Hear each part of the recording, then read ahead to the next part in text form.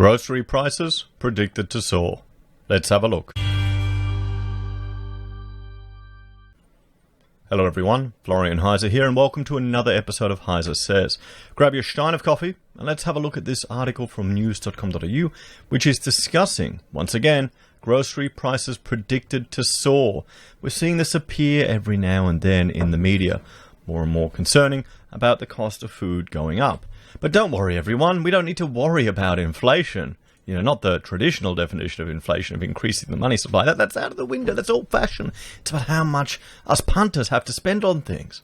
And because so many people got free childcare, the fact that food is getting more expensive doesn't matter. The fact that housing is more expensive doesn't matter. Don't worry about that, guys. Just wait for your negative interest rates to kick in. So grocery prices are set to soar due to border closures and a backpacker shortage. A backpacker shortage. Now, what does that say? What does that say? Experts say supermarket shoppers could soon be paying more at the checkout due to border closures and a backpacker shortage. And this is written by Alexis Carey. There's some bad news for Aussie households feeling the pinch following reports the cost of groceries are set to soar. According to several experts, a supermarket shop could soon be a lot more pricey as a result of border closures caused by the lethal pandemic. Now, here's the thing. When we wanted to save money, food was, well, and now is our biggest expense. We're a big household. We've gone to the point where we mass buy our food. We were bulk buying food before it was cool, before everyone did it. Rachel would go into Excel, as you do, and calculate the cost of every item down to weight. Before we went on a keto carnivore diet, we were eating a lot of carbs, a lot of processed foods, and you could get a month shop down pretty cheap. What we used to do is we used to go once a month, and we still do. We try to. And one of the advantages was you weren't going to the shops as often. You weren't making those impulse buys. You remember when you just go to the shops just to get like a carton of eggs or some milk, and then you've walked out of it and you spent $50. Oh, I needed that. That chocolate looks good. Oh, I might as well get that magazine, or I'll get that. $50 gone like that. Or you go get a six-pack of rum, then it's $70. That's the world we're living in right now. And now, that's even before these increases are happening. I know a lot of people will say the big warehouses like Costco. Now, they're not cheaper. They're not cheaper. Sure, if you're buying the brand name posh brands, they're cheaper. But if you buy the off-label stuff or the store brands, they're not cheaper. Aldi actually was, or the last time we checked it was. Costco, they're an interesting model. What they do is they sucker you in with their membership deal. They want you to buy the card and become part of the Costco ecosystem. Everything from, your baby formula to your bloody coffin, they want to get you in on. It's a brilliant business model. But it is just like, because we went to the one out near Logan, it is just like the South Park episode. It really is. That pokes fun at it. So I'd recommend Aldi, everyone, if you want to save money. And we buy our beef in bulk, so Rachel has just processed half a carcass that we received. And, we get it butchered, and then she'll boil down all the bones, package it all up, and she's actually making a video about doing it again. I've just had, she makes jerky. Rachel makes her own jerky and marinates uses the leftover juices to marinate some steak. So I had one of the best steaks ever before recording this video. And I've had viewers get in touch with me asking me where we get our beef. Now, we go through a butcher at Rockley, the Rockley meat markets there. And if you go there, ask for Raphael and tell him Florian sent you, because we're really happy with the quality of the food that we get there. Really good quality beef. We went to some other places. We went to one where you could order it from them and they'll drop it off. But it wasn't, we didn't get the whole beast. We didn't get the whole half a beast. It was all bits and pieces of other cows. We want all the bones because we want to boil them down to get all the tallow out to cook with. And that, we got a big 50-litre pot there that Rachel's cooking it down for 2 days to get tallow, because it's actually quite expensive to get because no one does it anymore. Anyway, enough about my food ramblings. You can tell I just had lunch.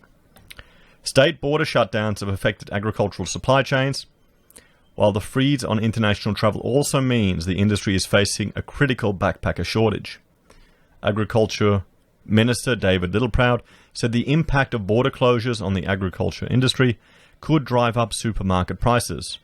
State health officials need to engage specifically with regional communities and industries at the direction of the Premier to identify workable solutions that keep supply chains open, Mr. Littleproud said in a statement on Friday. Keeping all of our agricultural supply chains secure is absolutely critical to ensuring supermarket prices for fresh produce remain affordable for Australians while maintaining some of the best animal welfare standards in the world.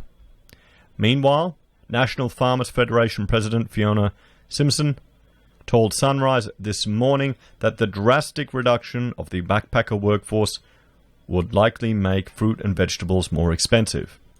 Now, why is that? Why are backpackers willing to work for cheaper than the average Aussie? Don't we have huge levels of unemployment at the moment? I've had some people who work in the industry reach out to me and say it's tough to find good people. It's tough to find good people because it's hard work. It's hard work. I had friends who did it. Just over in Rocklea. You know, when he was going through high school, he used to go fruit picking or vegetable picking at the local farms for extra cash. She said while the sector had been able to continue operating during the pandemic, border closures had thrown a spanner in the works. That is the problem. We do depend and operate as a whole country. We have movement of goods, movement of people across state borders, and when they start to shut down, that means you are really restricted to people who can pick our fruit and vegetables. They can harvest the crops only. This is one of the craziest things about this country. We talk non-stop in the news about unemployment figures, how many people are out of work and how many people look for work, and yet we have a shortage in the bush. How do we get these people to these jobs? That is the question because normally we would have around 200,000 backpackers in Australia, and now we have around 80,000 because of the pandemic. She said some agricultural jobs were located outside the city centres, which meant border lockdowns restricting the flow of Aussies could actually drive those harvesters or pick that fruit. We really want Australians to help. It is more important than ever. Maybe this is the year to actually have a go at working on farms and do some seasonal work and see what it's like, she said. Well, maybe it is. Maybe it is. If you're unemployed, you're stuck in the city, if you've got no other options, maybe now's the time to even look at doing a bit of seasonal work, earning some cash, going out there. It's going to be hard if you've got a family. Maybe you'll have to work away from your family for some period. I guess it's no different to fly in, fly out, is it?